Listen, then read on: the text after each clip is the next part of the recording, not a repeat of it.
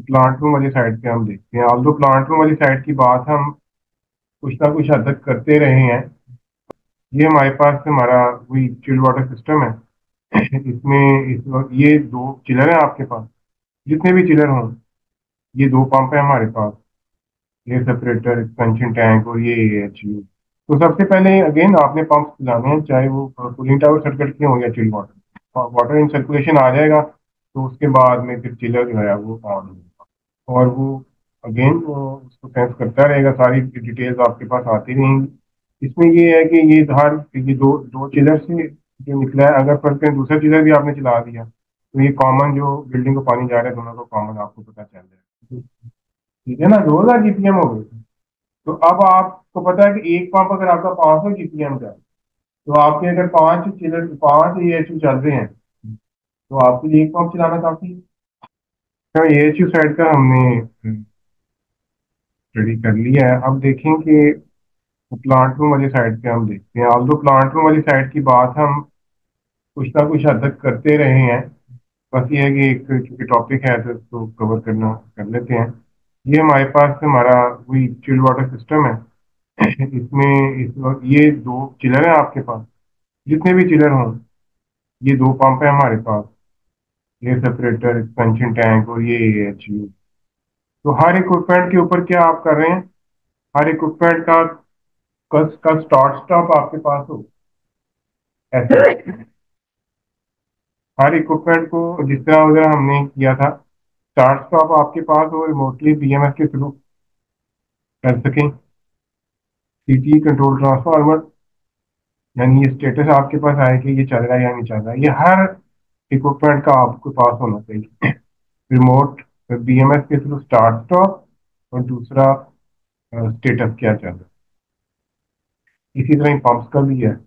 ये पंप्स पे start stop है और करंट ट्रांसफार्मर लगा हुआ है। ये आपको बताएगा कि आपका सिस्टम चल रहा है या नहीं चल रहा है। ये HU की मोटर का हम ऑलरेडी डिस्कस कर चुके हैं, वैल्व का ऑपरेशन हमने देख लिया। अब इसमें ये होगा कि सीक्वेंस और ये होता है इसका कि ये इस वक्त जो हम देख रहे हैं ये एयरपोर्ट सिस्टम का है। हम वापस उसके ऊपर डिस्कस कर लेते हैं।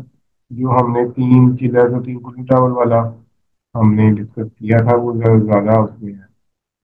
कुछ चीज़ें इसमें हैं। एक तो ये है कि टेम्परेचर जो है, जो चिल वाटर सप्लाई का टेम्परेचर आपको ये चिलर दे रहा है, ये इसका एक टेम्परेचर सेंसर फ्लो स्विच की बात हम कर चुके थे कि फ्लो स्विच का क्या मकसद है। कि ये जब तक फ्लो डेवलप नहीं होता तब तक ये चिलर को ऑन नहीं होने देगा। ये एक सेफ्टी डिवाइस है। और अगर पंप VFD ऑपरेटेड है तो फिर यहाँ पर भी VFD होगी, इधर VFD। बहरहाल इसको डिस्कस कर लेते हैं, कूलिंग टावर वाले को अलग से डिस्कस कर लेते हैं। तो सबसे पहले अगेन आपने पंप चलाने हैं, चाहे वो कूलिंग टावर सर्किट के हों या chilled water. Water in circulation आ जाएगा तो उसके बाद में फिर चिलर जो है वो ऑन होगा और वो अगेन उसको सेंस करता रहेगा। सारी डिटेल्स आपके पास आती रहेंगी। इसमें ये है कि ये दो दो चिलर से जो निकला है, अगर पर कहीं दूसरा चिलर भी आपने चला दिया तो ये कॉमन जो बिल्डिंग को पानी जा रहा है दोनों को कॉमन आपको पता चल जाएगा। क्योंकि ये स्टैंड बाई और ड्यूटी है, इसमें एक ही चलेगा। लेकिन अगर आपके पास मल्टीपल चिलर्स हों तो फिर क्या आ रहा है, जो लाइन आगे जा रही है उस लाइन के ऊपर भी लगा देते हैं ताकि आपको ये पता चल जाए कि दोनों का मिक्सिंग होने के बाद क्या टेम्परेचर है, वो आगे कितना बन रहा है। तो वो अब ये इसमें एक चिलर चलाने की जरूरत है, दो की है, तीन की है, डिपेंडिंग अपॉन कि हमारे पास टोटल चिलर कितने लगे हुए हैं। फर्क करेंगे तो दो के ऊपर ही हमने डिजाइन किया हुआ है। इसमें ये होता है कि जो चिलर है ना, इसका अपना कंट्रोल पैनल कंट्रोलर होता है। क्या होता है, चिलर का अपना कंट्रोलर होता है।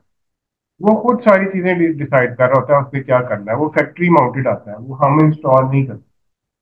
जिस तरह स्प्लिट AC हम खरीदते हैं तो उसके अंदर सारा सिस्टम होता है, हम तो रिमोट से सेट पॉइंट उसका करते हैं, बाकी उसके अंदर जो कंट्रोलर है वो खुद ही उसको डिसाइड करता है क्या करना है क्या नहीं करना। चिलर में भी बिल्कुल ऐसा ही होता है कि कौन सा कंप्रेसर चलाना है, कौन सा बंद करना है, कैसे इसको ऑपरेट करना है, वो सारा सिस्टम उसके अंदर फीड हुआ होता है। उसका ऑपरेशन सारा उसके अंदर होता है। हम क्या करते हैं, हम उसको ऑन ऑफ की कमांड दे सकते हैं। हम उसको ये नहीं कह सकते बल्कि हमें, अगर हम इसमें ये करना भी नहीं चाहिए कि हम उसमें मॉडिफिकेशन करके खुद से कंप्रेसर ऑन ऑफ करवा रहे हैं, नहीं। ये उसका स्टैंड अलोन कंट्रोलर जो है चिलर का, वो ये काम खुद करे कि कौन, अगर फर्ज करें उस चिलर के अंदर दो या दो से ज्यादा कंप्रेसर हैं, तो किस कंप्रेसर को पहले चलाना है, किसको बाद में चलाना है, किस कंप्रेसर को कितने घंटे चलाना है, किस कंप्रेसर को कितने घंटे नहीं चलाना। ठीक है।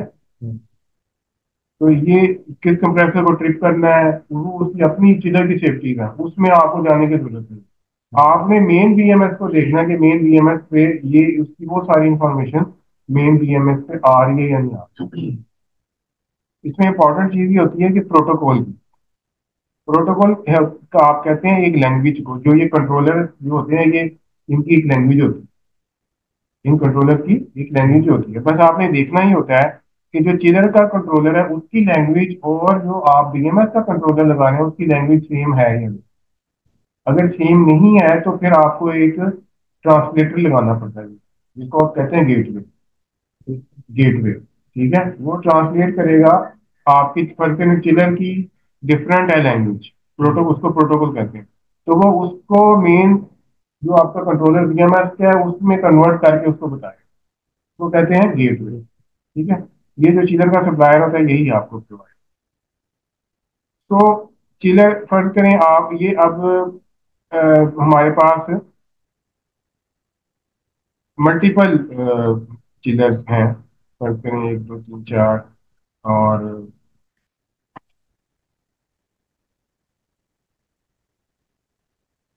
चार चीजें जो है हमारे पास,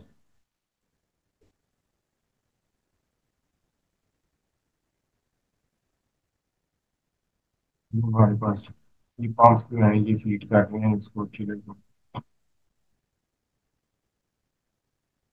चिलर से चिल वाटर लाइन्स निकली,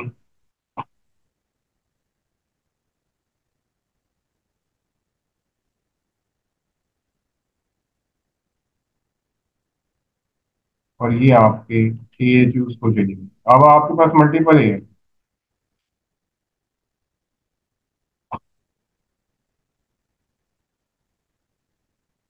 ठीक है ना।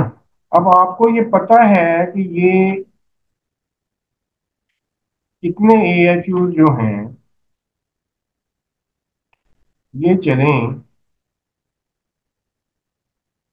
तो उसके साथ आपको कितना कितने पंप चलाने पड़ेंगे। जब आप डिजाइन करेंगे तो आपके पास ये सारी इंफॉर्मेशन होती है ना, कि कितने चिलर, फर्ज करें 100 जीपीएम के 20 AHU, 100 जीपीएम के 20 है तो 20,000, तो 2,000 जीपीएम हो गए। ठीक है ना, 2,000 जीपीएम हो गए। तो अब आपको पता है कि एक पंप अगर आपका 500 जीपीएम का है, तो आपके अगर पांच चिलर, 5 AHU चल रहे हैं, तो आपके लिए एक पंप चलाना काफी है। ठीक है ना।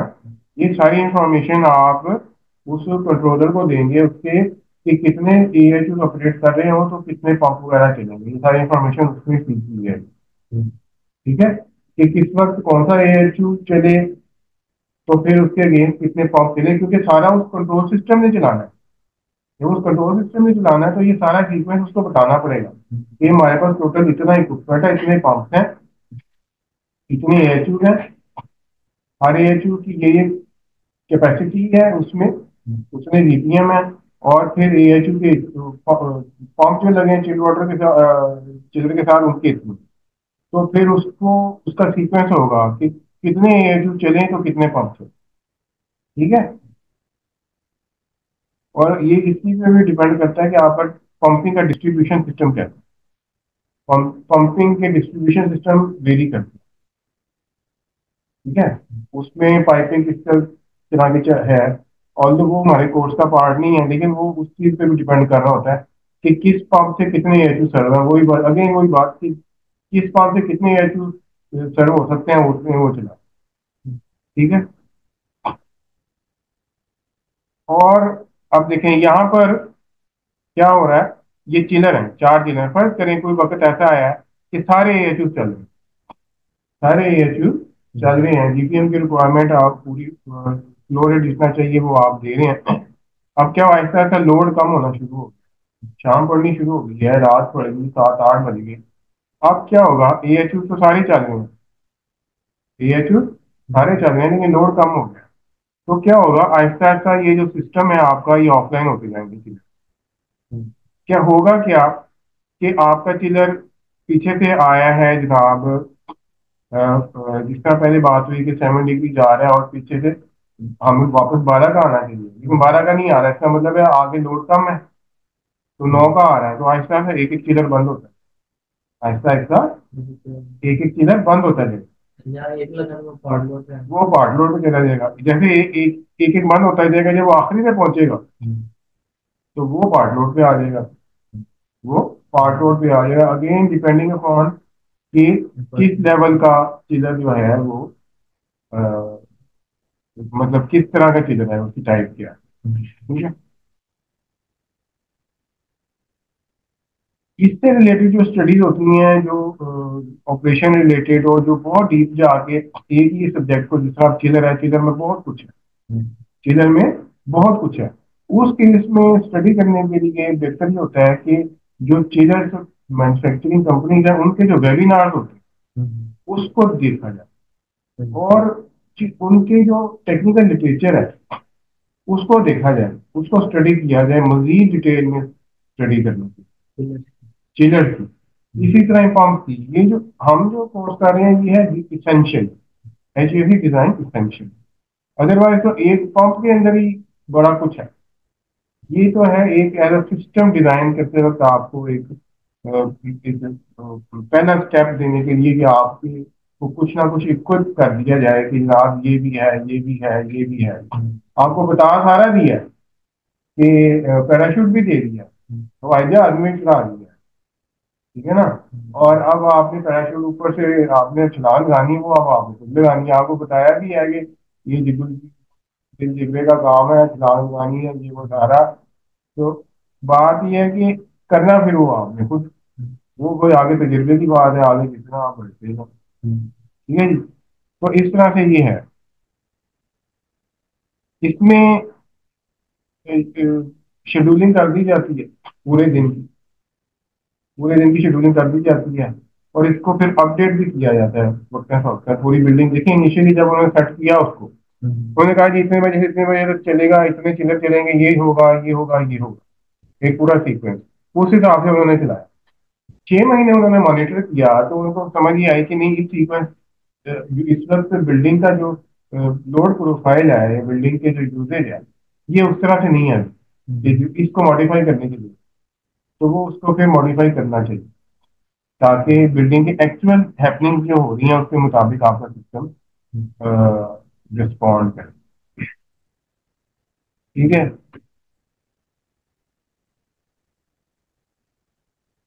तो ये हमारा ऑटोमेशन एंड कंट्रोल के ऊपर था। इसमें कोई आपका सवाल है तो आप कर लीजिए।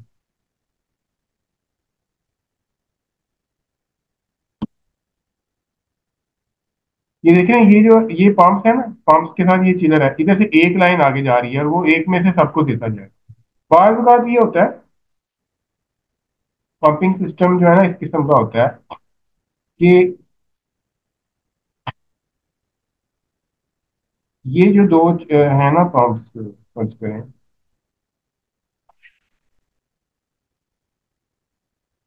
इसको सेग्रीगेट कर देते हैं। फर्ज करें दो बिल्डिंग डिफरेंट,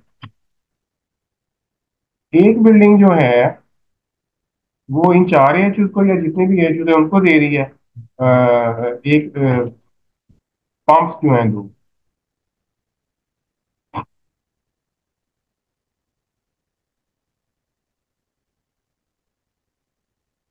और ये वाले जो हैं ये दूसरे को दे रहे हैं।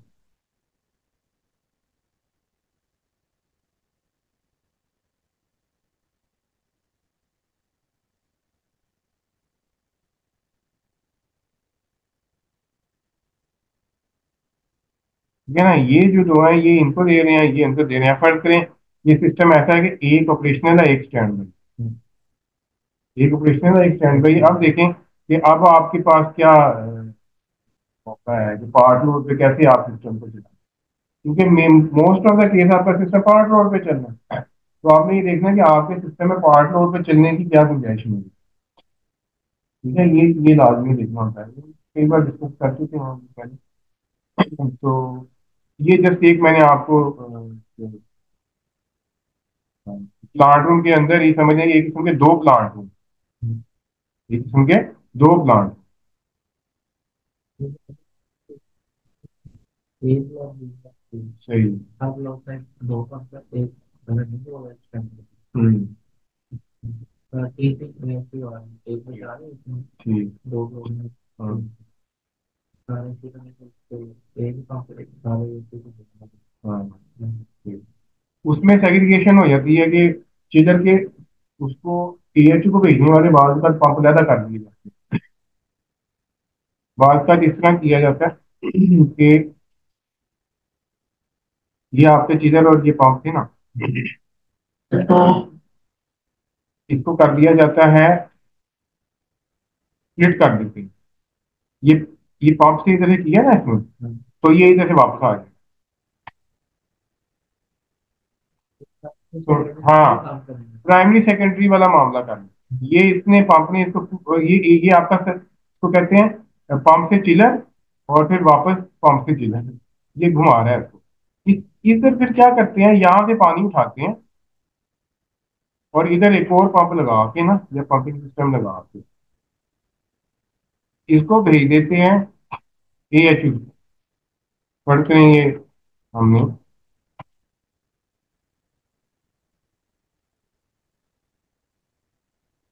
ये हमारे सेकेंडरी पंप्स लगे। अब आगे ये इनकी अपनी डिस्ट्रीब्यूशन, जी एक बिल्डिंग ए को गई है, बिल्डिंग बी को, बिल्डिंग सी को गई है, ये इनकी चाहे अलग अलग एबीसी का कर दें चाहे इकट्ठा कर दें, वो आपकी डिस्ट्रीब्यूशन स्कीम है।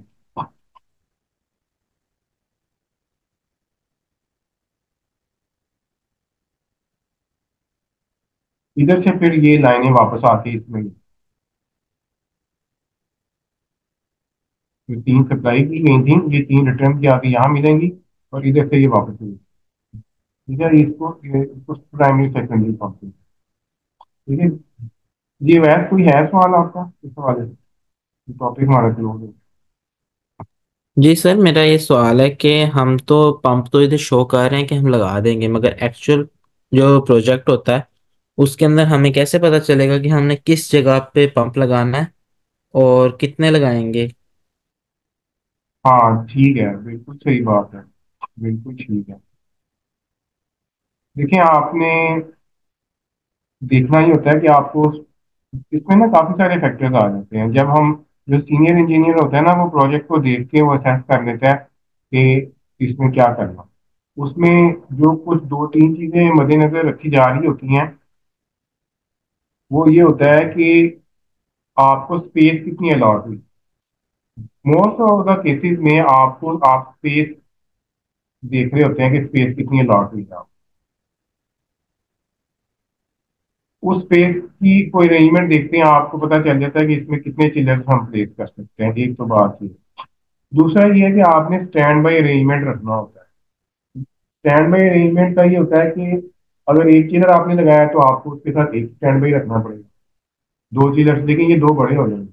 दूसरा तरीका ये होता है कि 50-50%, यानी 100 टन अगर चाहिए तो 50-50 टन के दो लगा दिए जाए, और एक 50 टन का और लगा दिया जाए एज अ स्टैंड बाई। तो आपकी टोटल इंस्टॉल्ड कैपेसिटी 150 टन होगी, और स्टैंड बाई भी आपको मिल जाए।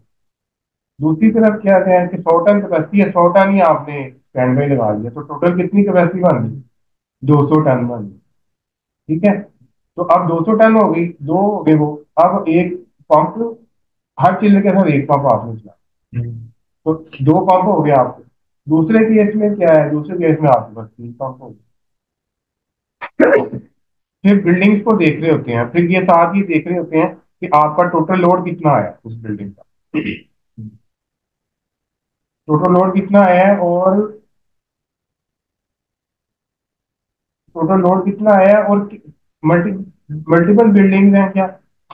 मिसाल के तौर पे आपके पास ऑपरेशन को देखते हैं, फर्ज करें जिस तरह ये इंडस्ट्री के हैं, इंडस्ट्रियल के, तो आप क्या करेंगे, आपको पता है कि आपके दो या तीन हॉल्स हैं बड़े, उनमें मुख्तलिफ मशीनें लगी। अब ये बहुत आसान बात है कि आप हॉल्स को बेसिस पे डिस्ट्रीब्यूशन करें। आपको ऑपरेशन वालों को पता होगा कि ये चीजर जो है ये इस हॉल में जितना इक्विपमेंट लगा है उसको सर्व कर। दूसरे हॉल का प्रोजेक्ट जब भी चले उसका उसकी सेहत पे असर ना हो। तो इस तरह से ये चीजें देखते हुए हम चल रहे हो। फिर ये भी देखते हैं कि टाइप ऑफ चिलर कौन सा है। टाइप ऑफ चिलर कौन सा है, फर्ज करें आपकी कैपेसिटी है 50 टन के करीब, तो वहां पर स्क्रोल चिलर लगे, क्योंकि इस कैपेसिटी में स्क्रोल टाइप चिलर आता है। इससे बड़ी कैपेसिटी है 300 400 टन तक, तो स्क्रू चिलर लगे। उससे ऊपर जाएगा तो फिर आपका सेंट्रीफ्यूगल चिलर लगेगा, जनरली स्पीकिंग। तो प्रोजेक्ट के ऊपर देख रहे होते हैं, स्टैंड बाई कैपेसिटी देख रहे होते हैं, ओवरऑल ऑपरेशन देख रहे होते हैं, आगे डिस्ट्रीब्यूशन देख रहे होते हैं। उसकी बेसिस के ऊपर हम डिसाइड करते हैं कि कितने चिलर्स लगने हैं और उसमें स्टैंड बाई की क्या सूरत आ रहा है। इसके अलावा एशरे की अपनी एक गाइडलाइन भी है, उनकी एक फॉर्मूला भी है कि आप कितने स्टैंड बाई चाहिए। वो एग्जैक्टली मुझे अभी याद नहीं है कि वो कहाँ पर है, लेकिन वो उनकी तरफ से गाइडलाइन भी है। लेकिन मोस्टली जो है वो आप इन बेसिस के ऊपर डिसाइड करते हैं सारा, कि कितने पंप और कितने चिलर लगे। ठीक है, बात क्लियर हो रही। जी सर, क्लियर होगी।